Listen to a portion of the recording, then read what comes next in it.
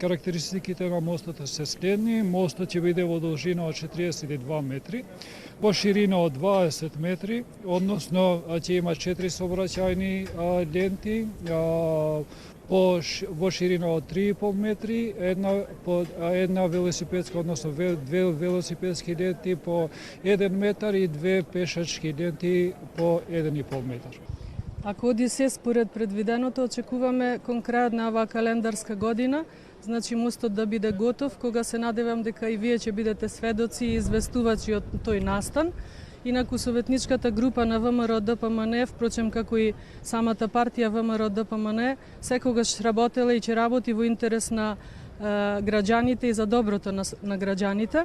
Токму поради тоа нашата советничка група гласаше за овој проект, односно за изградба на нов сообраќаен мост во нашиот град, што се случува после долги децении. Досега нашиот град обстојуваше само со 2 сообраќајни моста.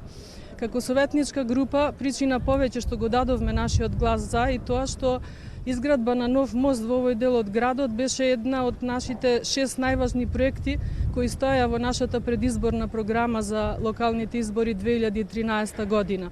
Ние како советничка група бевме дел од 18 советници кои гласаа за, но јас се надевам дека и оние кои не гласаа за и генерално сите граѓани на општина Гостивар и Гостиварско ќе ги уживаат благодетите кои ќе ги донесе овој нов мост.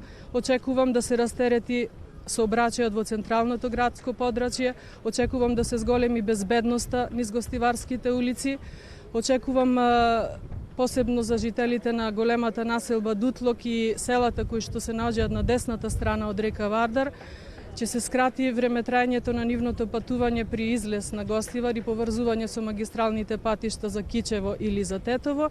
Генерално, како и да е, ова е голем социјоекономски придобивка за нашиот град и граѓаните.